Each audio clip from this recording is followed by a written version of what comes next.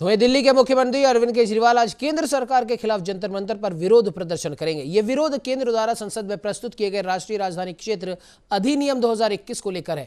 इसमें मुख्यमंत्री अरविंद केजरीवाल, मंत्री, सांसद, विधायक, पार्षद और सभी आम आदमी पार्टी के कार्यकर्ता भाग लेंगे।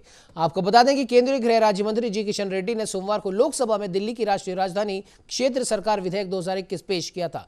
यह विधेयक दिल्ली के उपराज्यपाल की शक्तियों को बढ़ाने वाला है, जिस पर आम आदमी पार्टी की सरकार को ऐतराज है और इसी कारण वो विरोध प्रदर्शन करेंगे।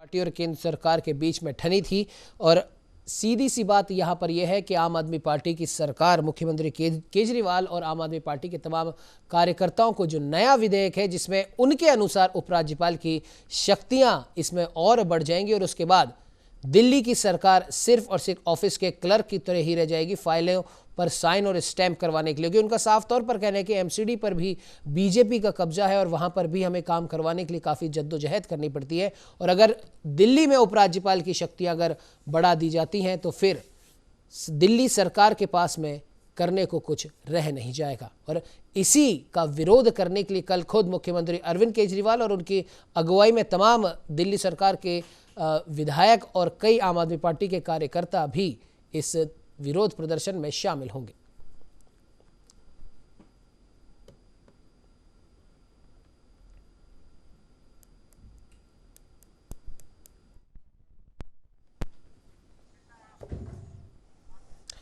तो इस खबर पर ज्यादा जानकारी के लिए हमारे साथ आम आदमी पार्टी से नेता राजीव बख्शी फोन लाइन पर जुड़ चुके हैं। राजीव जी, बहुत बहुत स्वागत है न्यूज़ इंडिया में।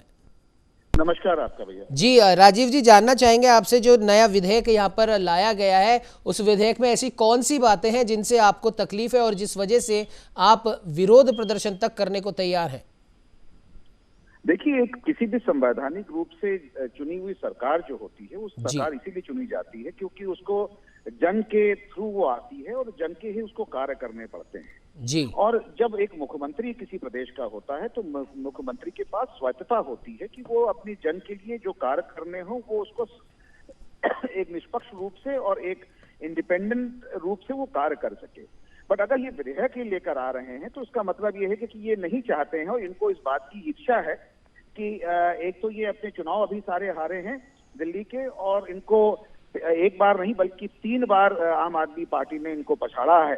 तो मेरे ख्याल से मुझे लगता ये है कि इनकी जो नीति और नियत जो है वो दोनों खराब है बीजेपी की।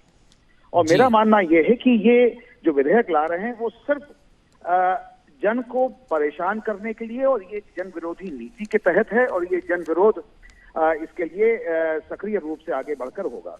जी। राजीव जी, कुछ पॉइंट्स आप बता पाएंगे कि उस विधेयक में ऐसे क्या कुछ पॉइंट्स हैं जिनसे आपको आपत्ति है? देखिए, सबसे बड़ा तो पॉइंट यही है कि भाई लेफ्टिनेंट गवर्नर को तो आप चुन के नहीं लाए हैं ना जी। जनता जो दिल्ली की है उसने कोई लेफ्टिनेंट गवर्नर को नहीं चुना है जी। उसने अरविंद केजरीवाल जी को चुना है और अरविंद केजरीवाल जी ही प्रदेश के मुख्यमंत्री हैं।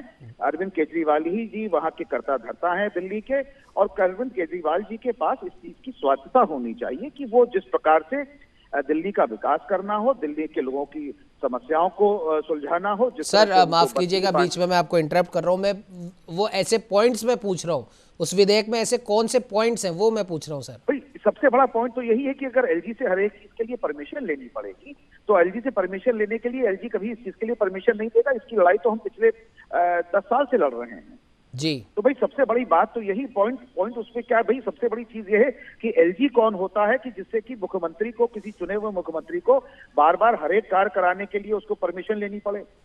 जी। भाई ये तो इसकी शुरुआत ही यहीं से होती है और यहीं खत्म होता है। चलिए, खैर अब देखने वाली बात होगी कि आप सभी मुख्यमंत्री अरविंद केजरीवाल के नेतृत्व में कल केंद्र सरकार के खिलाफ धरना प्रदर्शन करने जा रहे हैं, कितना कामयाब ये हो पाता है और क्या केंद्र सरकार अपने इस विधेयक को वापस लेती है या नहीं, ये तो आने वाला वक्त ही बताएगा। फिलहाल आप हमारे साथ में जुड़े, उसके लिए आपका बहुत बहुत धन्यवाद। तो